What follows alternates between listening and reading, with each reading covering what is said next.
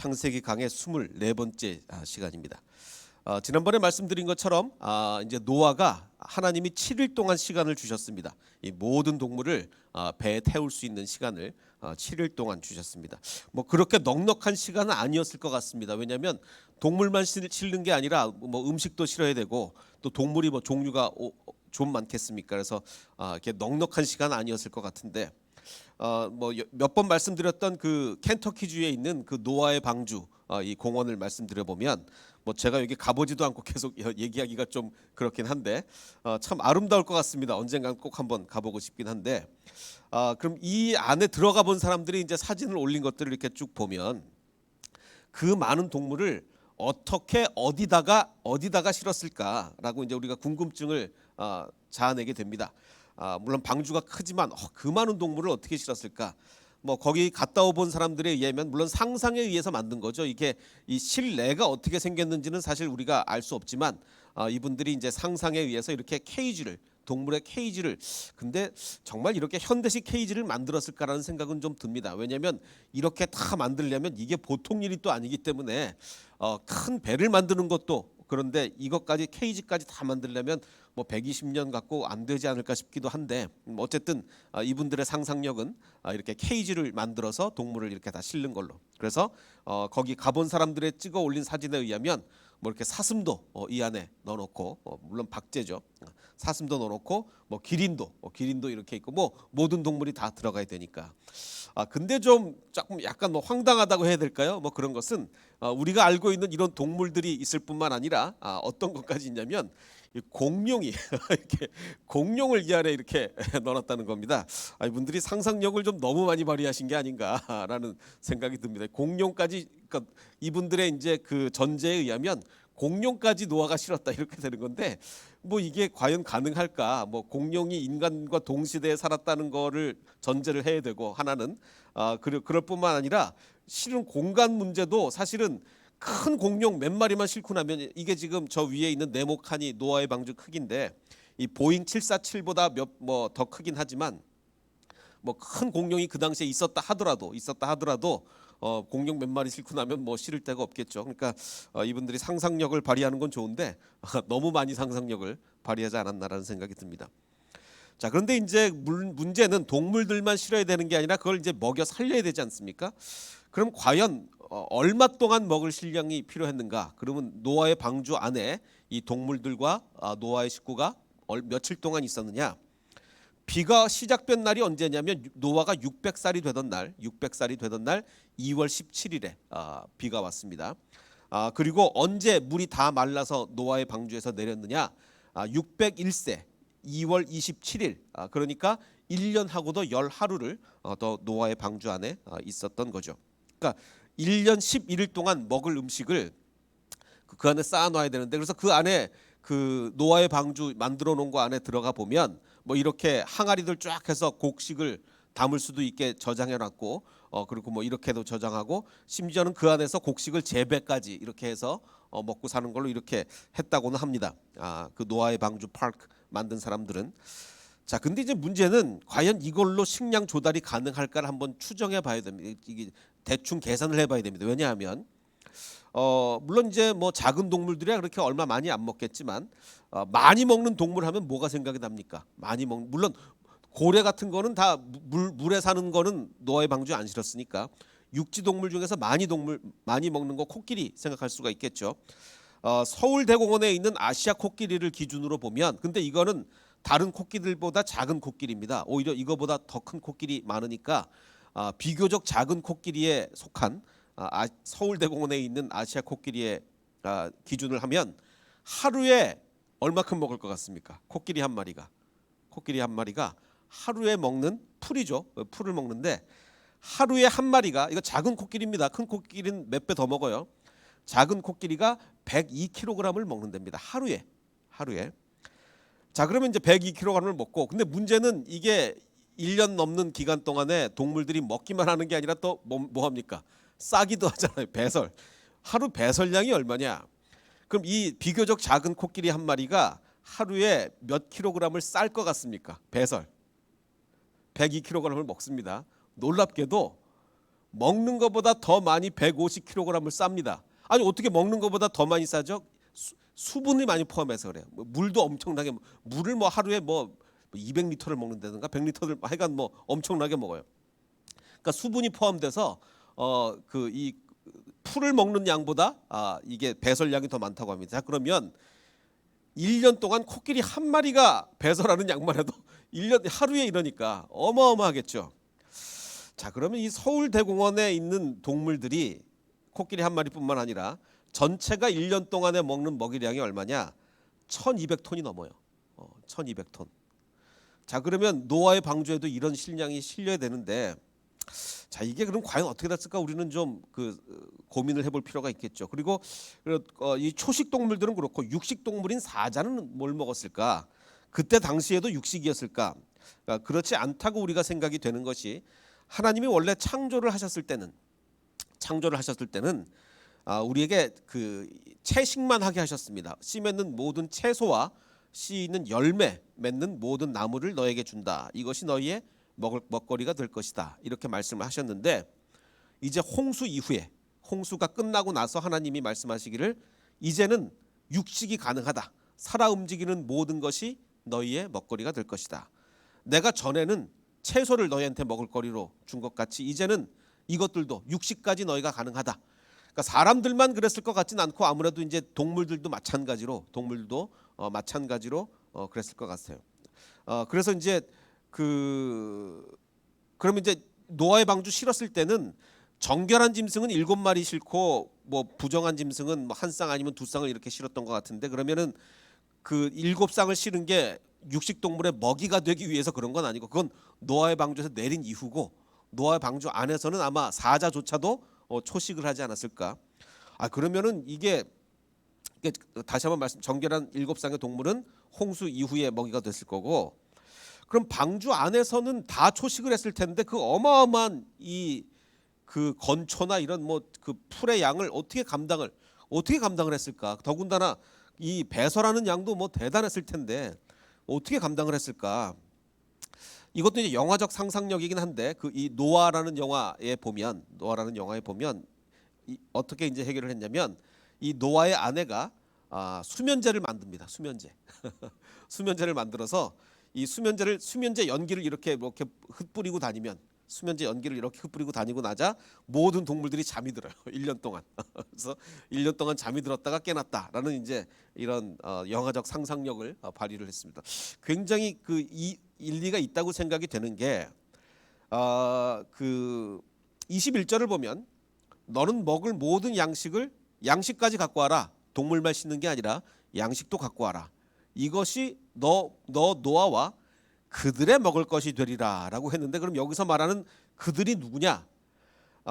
그들이 누구냐가 이제 보면, 이제 노아의 방주에 너와 네 아들들과 아내와 또 며느리들과 모든 생물이 타는 건데, 여기서 말하는 그들이 모든 생물을 포함하는 거냐, 아니면 아들들과 이 인간만 포함하는 거냐에 따라서 달라질 수 있겠죠. 근데 우리가 상식적으로 추정해 보면, 그러니까 성경이 뭐라고 명확하게 1년 동안을 동물들이 뭘 했는지 명확하게 안 나왔기 때문에 근거는 좀 부족하다고 할 수 있겠지만, 상식적으로 생각해 보면 그 많은 동물들이 1년 동안 거기서 먹고 산다는 것이 거의 일단 불가능하죠. 불가능하기 때문에 아마도 지상에서와 같은 신진대사를 한다면 현실적으로 불가능하기 때문에, 아마도 동물들을 이 동면과 유사한 상태로 하나님이 만드셨다든지, 아니면 그 영화에서처럼 이렇게 뭐 수면제를 이렇게 해서 했다든지, 아마 그렇게 하지 않고서야 뭐 않았을까라는 이제 추정입니다.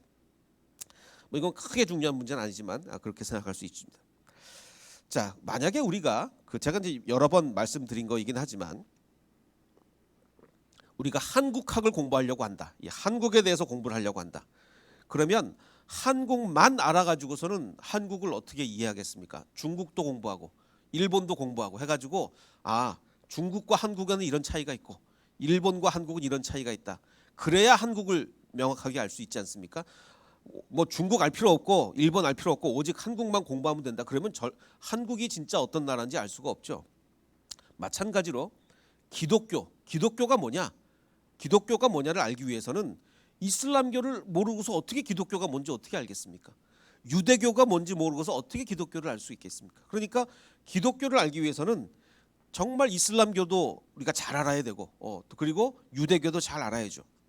또 마찬가지로 노아의 홍수를 알기 위해서는 성경에 나온 노아 홍수만 알면 된다? 아니요. 그러면은 노아 홍수를 제대로 알 수가 없어요. 마찬가지로 그때 고대 문서, 지금 이 옛날 문서에 이런 홍수 이야기가 많은데 고대 문서에 나온 홍수 이야기와 이 노아의 홍수와 어떤 차이점이 있는가를 분명히 우리가 알아야 노아 홍수가 진짜 이거구나라는 것을 우리는 하나님이 이렇게 역사하셨구나 이걸 우리는 알 수가 있습니다.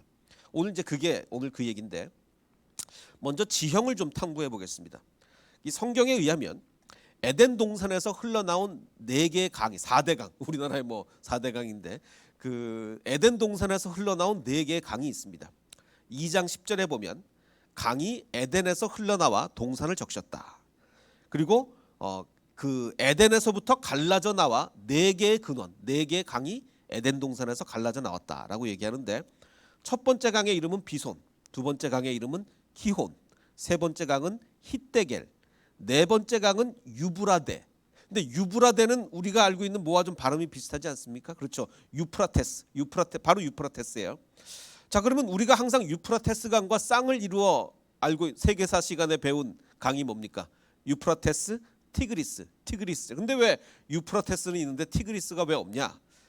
그 14절에 있는 히데겔이라는 강이 히브리어로 쓰면 히데겔 이렇게 되는데 이거를 이제 헬라어로 쓰면 바로 티그리스가 됩니다. 그래서 14절에 나온 강이 히데겔이라고 표현된 강이 바로 티그리스 강인 거죠. 그래서 유프라테스, 티그리스 두 강이 다 바로 에덴 동산에서 흘러나온 강이 되는 겁니다. 그래서 우리가 그 세계사 시간에 배운 그 비옥한 초승달 지역이 되죠. 정말 이 땅 생긴 모양이 초승달처럼 이렇게 굉장히 비옥한 지역이다라고 했는데, 자 지금 그 유프라테스와 티그리스 강의 발원지는 지금 이라크 땅입니다. 이라크 땅이라서 사실 많은 기독교 학자들이 가서 여기서 발굴도 하고 싶고 이런데 이라크 땅이기 때문에 이게 잘 안 돼요. 잘 안 됩니다. 그래서 이 유프라테스와 티그리스 강이 에덴 동산에서 흘러나왔다라고 하면, 그래서 많은 사람들이 그러면 이 두 강의 발원지가 이쯤이니까 아마도 에덴 동산도 이 어디 있지 않겠는가. 그래서 에덴 동산 발굴하고 싶어하는 사람이 굉장히 많긴 한데 뭐 간다고 해서 우리 눈에 보이겠습니까? 아마 에덴 동산은 절대로 우리 눈에 안 보일 것이다라고 이제 저는 생각이 듭니다. 자, 그런데 지금 이 비옥한 초승달 지역에 아주 이 인류 최초의 수메르 문명이 이제 발원되기 시작을 했는데, 그래서 이제 이 영국의 옛날부터 이제 영국 학자들이 고고학을 굉장히 많이 연구했지 않습니까? 그래서 영국 학자들이 세계 각 지역에 가서 귀한 유물들 다 가져다가 대형 박물관에 갖다 놓고 뭐 이렇게 했는데, 그래서 1851년인 걸로 제가 기억을 하는데 이 영국의 학자들이 그 니누에 지역에 있는 고대 도서관을 이렇게 막 발굴을 하다가 이 수백 개의 이제 토판을 발견한 거예요. 토판. 이 쐐기 문자가 이 토판에다가 이렇게 그 꾹꾹꾹꾹 눌러서 쓴 쐐기 문자 이런 거죠. 도대체 이걸 어떻게 읽는지 이게 감도 안 잡히긴 하는데 이 쐐기 문자로 기록된 이제 수백 개의 토판을 발견하게 됩니다. 1851년쯤에. 그래서 이제 이게 해석이 안 되니까 일단은 이제 영국 박물관에 이제 창고에 보관을 하고 있었습니다. 그런데 이제 1872년으로 제가 기억하는데 이 정말 천재적인 이 학자 조지 스미스, 원래는 이게 그냥 박물관의 어시스턴트로 일하는 사람이 이게 혼자서 연구하다가 이걸 읽어낸 거예요. 혼자서 연구하다가 도대체 이걸 어떻게 읽는지 모르겠는데, 물론 이제 방법은 좀 있다면 처음에는 이제 고유 명사 같은 거 이렇게 비교를 해서 고유 명사를 먼저 좀 알아내고 뭐 동사 같은 거 파악하고 뭐 이렇게 한다 그러는데 이걸 읽어낸 겁니다. 이 조지 스미스라는 사람이. 알고 봤더니 이제 이 길가메시라는 이야기예요. 유명하죠. 정말 길가메시의 서사시라는 것을 이제 알아냈는데 바로 이 이제 동상입니다. 옛날 얘기죠. 그럼 길가메시가 이게 실존 인물이었느냐? 물론 이제 너무 그 영웅화되기는 했지만 아마도 실제 인물이었다라는 설이 좀 있긴 합니다. 많이 포장되고 막 과장되긴 했지만, 근데 이 길가메시의 서사시는 성경의 이야기가 너무 비슷해, 깜짝 놀랄 정도로 비슷합니다. 그래서 이게 더 그 전부터 이제 이렇게 기록돼 오다가 BC 14세기경에 아카드어로 기록이 됐어요. 그래서 그 아카드어가 요즘 말하면 영어처럼 그 당시에 약간 국제 공용어 비슷하게 됐기 때문에 이 길가메시의 서사시 이야기가 아주 많은 사람들한테 이렇게 퍼져나가게 됩니다. 그래서 뭐 요즘 그 영어로 치면 셰익스피어의 작품이 많은 사람들이 읽듯이 이 옛날에 길가메시의 서사시 하면 아마 그 당시에 웬만한 사람들은 다 아는 아주 유명한 작품이었을 것으로 그렇게 추정이 됩니다. 자, 이 길가메시라는 거는 영웅의 이 사람이 영웅이에요. 영웅. 그러니까 요즘 미국 사람들 영웅 좋아하는데 이런 어벤져스 같은 그런 영웅에 대한 이야기입니다.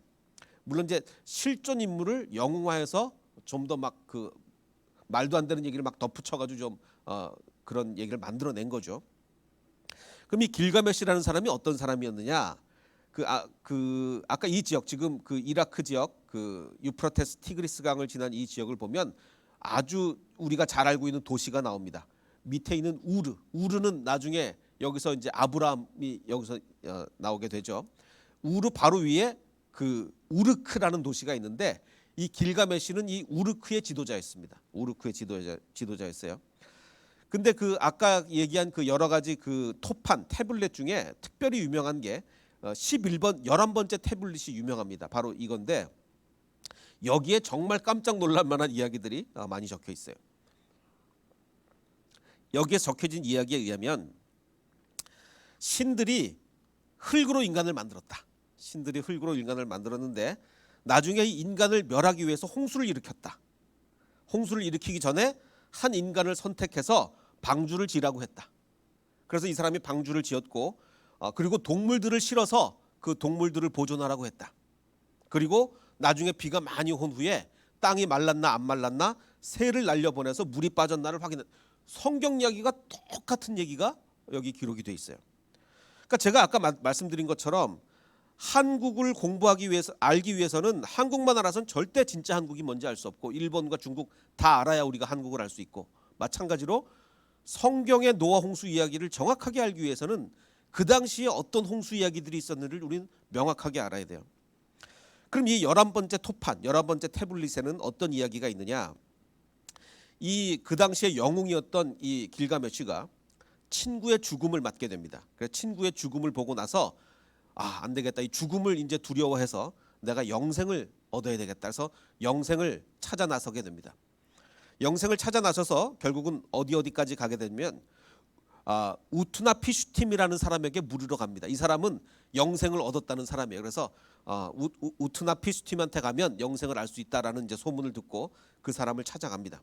바로 이 우투나피슈팀이 우리가 말하는 노아처럼 홍수에서 살아남은 사람이에요.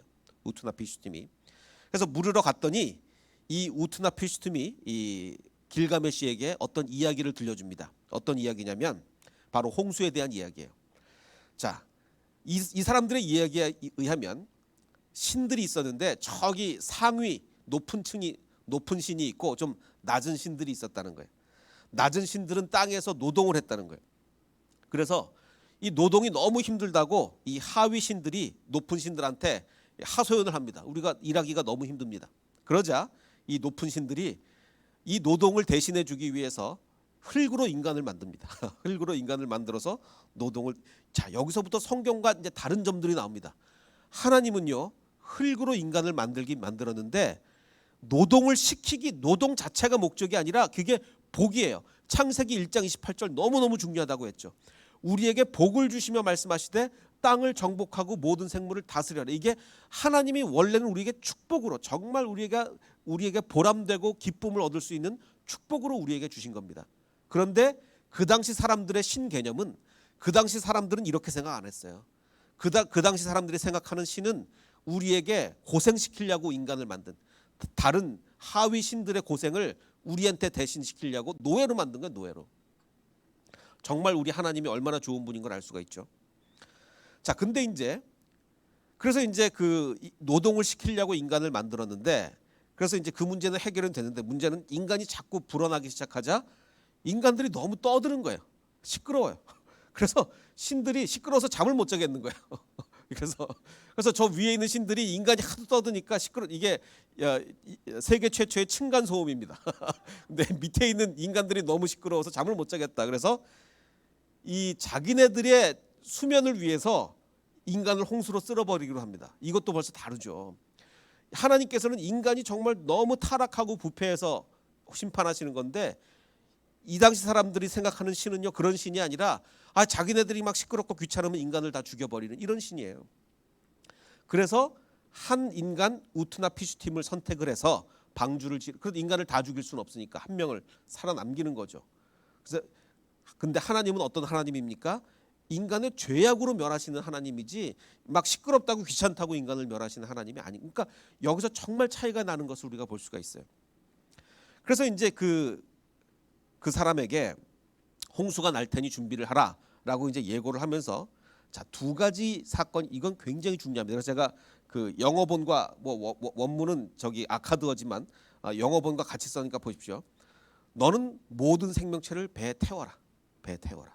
그리고 배 안으로 들어가서 문을 닫아라. 그래서 나는 그 미트나 피슈팀은 나는 배 안으로 들어가서 우트나 피슈팀은 문을 닫았습니다. 자, 두 개를 기억해. 나중에 나옵니다. 배에 태워라. 그리고 문을 닫아라. 그래서 문을 닫았습니다. 요건 나중에 나오니까 기억해 두시고. 자, 그리고 이제 비가 많이 와서 이제 그 배가 물 위에 떠 있는데 땅이 말랐나 안 말랐나를 보기 위해서 비둘기를 보내서 말랐는지 확인했는데 비둘기가 다시 돌아오고, 이거는 길가메시 얘기합니다. 제비를 다시, 그러니까 우트나 피슈팀이 제비를 다시 보냈는데 다시 돌아오고, 이번에는 까마귀를 보냈는데 다시 돌아오지 않더라. 자, 근데 성경 이야기는 다르죠. 뭐 성경 이야기는 까마귀가 오히려 다시 돌아왔고 나중에 비둘기가 땅에 정착해서 돌아오자. 이거 다릅니다. 자, 어쨌든 이건 뭐 이거 다른 건 중요한 건 아닌데. 자, 그리고 나서 이제 그 배에서 내린 후에 이제 땅이 다 말라서 배에서 내린 후에 이 길가메시의 서사시에 의하면 여기서 나는 우트나 피슈팀이죠. 나는 지구라트 산 앞에서 향기로운 제물을 신께 드렸다. 그랬더니 신들이 그 향기를 맡더니 마치 파리떼처럼 제물에 달려들었다. 왜냐하면 이건 어떤 개념을 갖고 있냐면, 오랫동안 인간들이 제사를 안 드려서 신들이 배가 고파가지고 그 제사는, 이건 완전히 정말 미신적인 얘기죠. 그 향기를 맡더니 완전 배가 고파서 파리떼처럼 이렇게 달려들었다는 얘기예요. 근데 성경은 얘기가 완전히 다르죠. 자, 지금 이 이야기는 얼마나 신들이 천박합니까? 천박한 신이죠.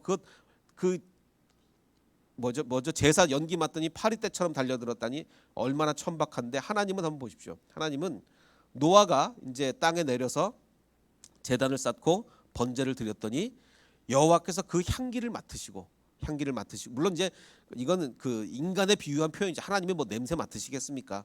그 향기를 맡으시고 이르시되 내가 다시는 사람으로 인해서 땅을 저주하지 않겠다. 왜냐하면 사람의 마음에 계획하는 바는 어려서부터 항상 악한데, 사람이 악하다고 땅을 멸했다가는 맨날 멸해야 되는데 이게 안 되니까 한 번 상징적으로 한 것에 족하다. 그래서 내가 다시는 사람이 악하다고 땅을 저주하지 않겠다. 얼마나 하나님은 정말 품격이 있으시고 정말 사랑의 하나님, 은혜의 하나님인 걸 우리가 느낄 수 있잖아요. 이거를 그냥 하나님은 사랑의 하나님, 은혜의 하나님, 정말 품격이 있으신 하나님 그냥 해서 모릅니다. 그 당시에 다른 이야기와 비교해 보면 이게 확 우리 마음에 와 닿는 거예요. 자, 그리고 아까 제가 두 가지를 기억해라고 그랬죠. 너는 모든 동물을 배에 태워라. 그리고 문을 닫아라. 이거 기억하라고 말씀드렸는데, 성경은 다릅니다. 성경은 노아는 어떻게 모든 짐승을 태울 수가 있었습니까? 자기가 일일이 돌아다니는 짐승 다 한 마리씩 데리고 와서 그런 게 아니라, 그럴 수도 없죠. 모든 짐승이 노아한테 나온 거예요. 하나님이 노아한테 보내주신 거죠. 마치 뭐처럼 그 아담이 동물들의 이름을 지을 때 하나님이 한 마리 한 마리 다 아담에게 이끌어 오신 거잖아요. 그래서 그 아담이 이름을 지은 것처럼 중요한 것은 우리가 할 수 없는 일은 하나님이 하십니다. 아니, 어떻게 아담이 온 세상 동물들을 한 마리 한 마리 쫓아다니면서 이름을 다 짓겠어요? 불가능한 일은, 자, 생각해 보십시오. 하나님이 우리한테 맡기셨는데 우리가 해낼 수 없는 일은 하나님이 해주십니다. 그래서 하나님이 한 마리 한 마리 다 데리고 와서 아담에게 이름 지으라고 하시고, 한 마리 한 마리 다 데리고 와서 노아의 방주에 넣으라고 이제 하십니다. 그게 다른 거죠. 또 다른 게 있습니다. 또 다른 게 뭐냐면, 길가메시의 서사시에는 신들이 이 우트나 피슈팀에게 문을 닫아라 이렇게 얘기해서 그렇게 되는데, 성경은 방주에 들어간 것은 모든 것의 암수라. 하나님이 그에게 명하신 대로 다 들어가매 여호와께서 그 노아를 들여보내고 여호와께서 문을 닫아 주십니다. 이게 왜 중요한지 아세요? 제가 창세기에서 너무너무 은혜 받는 구절이 많지만 이 7장 16절이 제가 창세기에서 제일 좋아하는 몇 구절 중에 하나예요. 왜냐하면 물론 아까는 노아가 이 세상의 모든 짐승을 데리고 올 수 없기 때문에 하나님이 해주십니다. 그건 인간이 할 수 없기 때문에 해주시는 일이에요. 자, 그런데 때로는 할 수 있는 일도 우리를 위로하고 격려하기 위해서 해주실 때가 있습니다. 문 닫는 거 노아가 할 수 있습니다. 할 수 있어요. 그리고 실제로 길가메스의 서사시에서는 인간 보고 닫으라고 했고 우트나 피슈팀이 문을 닫았어요. 자, 그런데 하나님께서는 노아 방주의 맨 마지막, 이제 120년 동안 노아 방주를 지었고 정말 모든 식량도 실었고 그리고 짐승도 다 태워 보냈습니다. 맨 마지막을 사람이 할 수 있는데도 하나님이 친히 문을 닫아 주시면서 위로하시고 격려해 주시. 이게 얼마나 큰 위로가 되겠습니까? 저도 제 인생을 돌아보면 제가 할 수 있는데도 하나님이 해 주신 일이 많아요. 정말 그럴 때 얼마나 큰 은혜가 되는지 모릅니다. 물론 제가 도저히 인간이 할 수 없는 정말 내가 두 손 들고 할 수 없을 때 하나님이 해주시는 그것도 너무나 큰 은혜지만, 내가 할 수 있는데 때로는 너무 제가 지치고 힘들 때 그래도 할 수 있는데도 하나님이 해주신 게 얼마나 큰 은혜가 되는지 모르겠습니다. 그래서 정말 120년 동안 수고한 그 노아를 위로해 주시기 위해서 하나님이 문을 닫아주시는 거예요. 그래서 때로는 인간이 할 수 있는 일도 해주시며 우리를 위로하고 격려해 주신 하나님이 저는 얼마나 좋은 하나님인지 모르겠어요. 그래서 우리가 늘 정말 하나님은 너무 은혜가 많으십니다. 하나님은 정말 우리를 사랑하십니다. 우리를 돌봐주십니다. 그게 그냥 그렇게 얘기할 때와 정말 그 당시에 사람들이 생각했던 신들의 그 모습을 보면 너무나 다른 걸 우리가 느낄 수 있죠. 아, 정말 하나님은 은혜의 하나님이구나. 정말 우리를 도와주신 하나님이구나. 우리가 그걸 느낄 수가 있습니다. 한 신문 기사를 보면, 제가 2003년에 스크랩을 해놨던 기사인데 거의 20년 전이죠. 이때 당시 태풍 매미가 엄청난 태풍이었죠.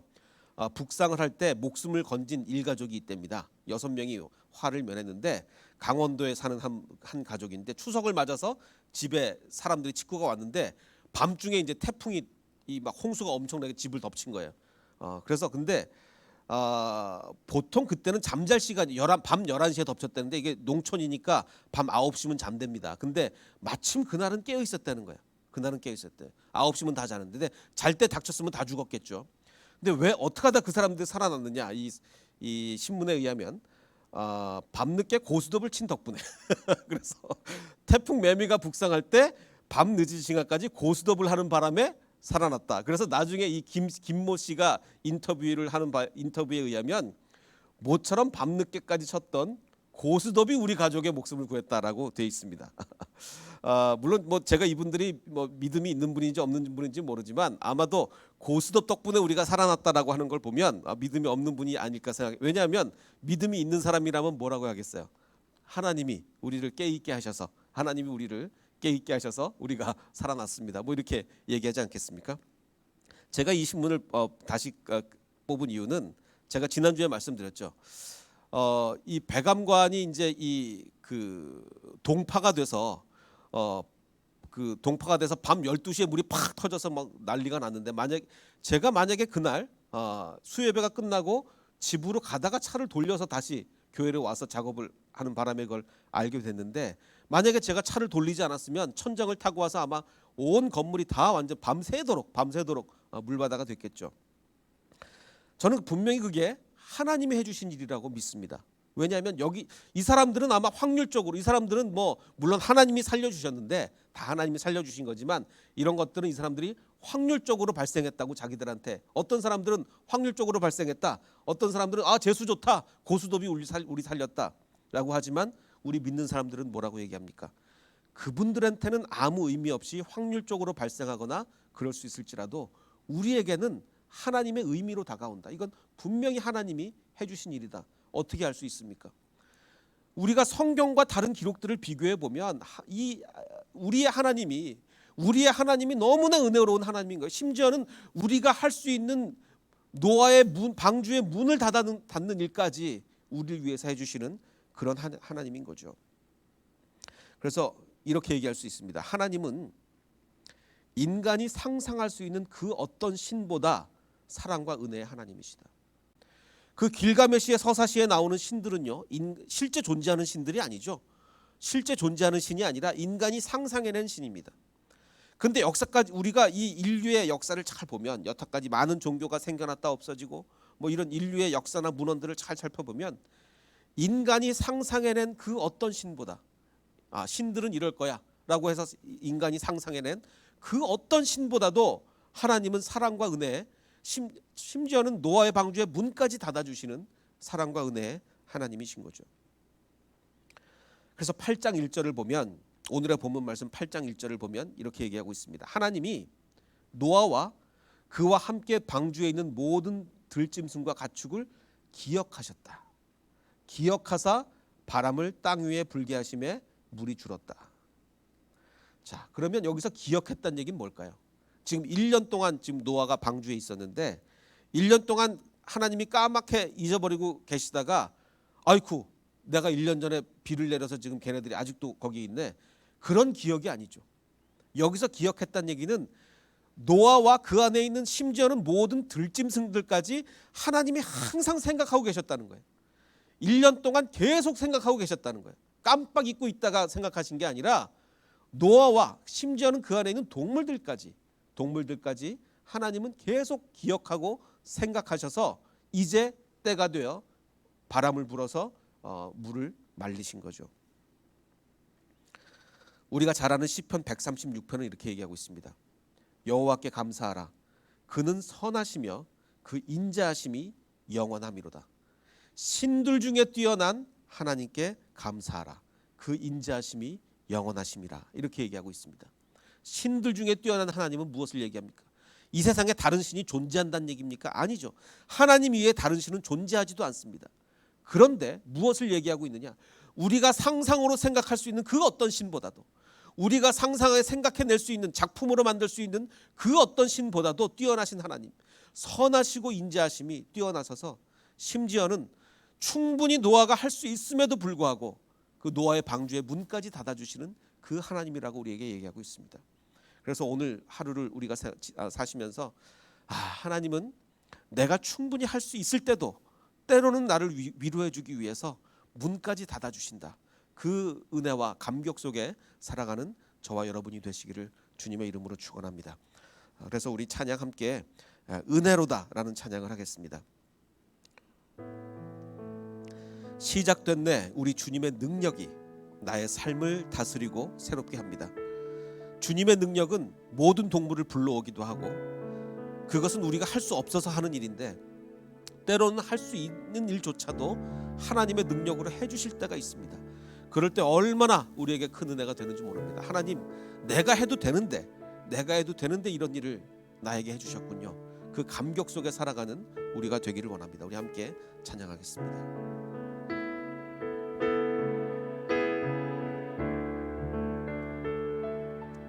시작됐네 우리 주님의 능력이 나의 삶을 다스리고 새롭게 하네 자유하네 죄와 사망으로부터 나의 삶은 변하고 난 충만하네 은혜로다 주의 은혜 한량없는 주의 은혜 은혜로다 주의 은혜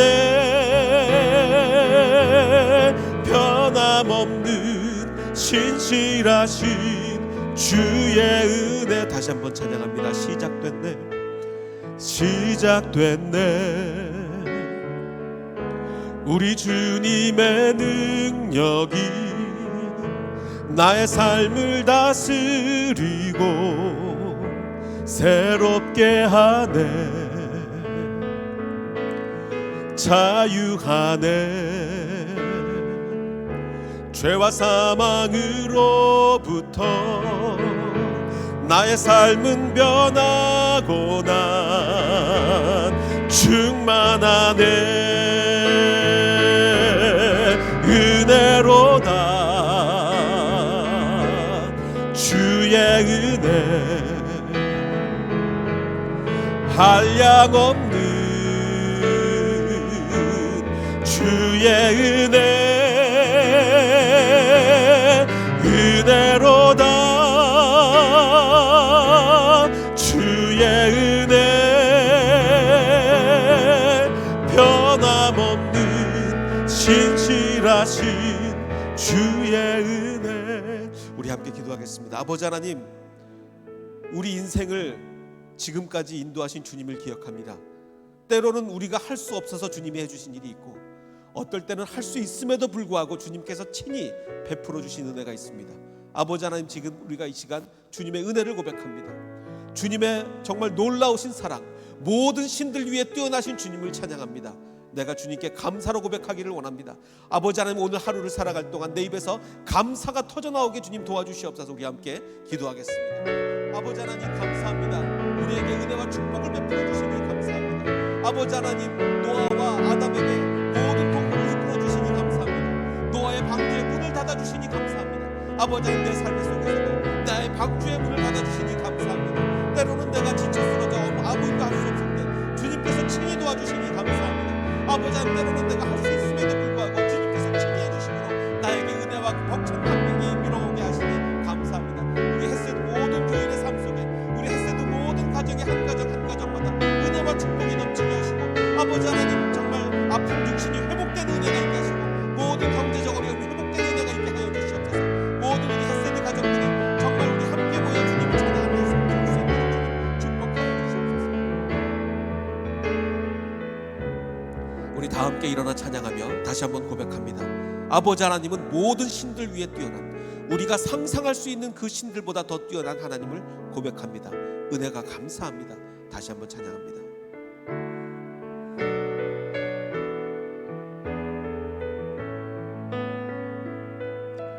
시작됐네, 우리 주님의 능력이 나의 삶을 다스리고 새롭게 하네, 자유하네. 죄와 사망으로부터 나의 삶은 변하고 난 충만하네. 은혜로다 주의 은혜, 한량없는 주의 은혜, 은혜로다 주의 은혜,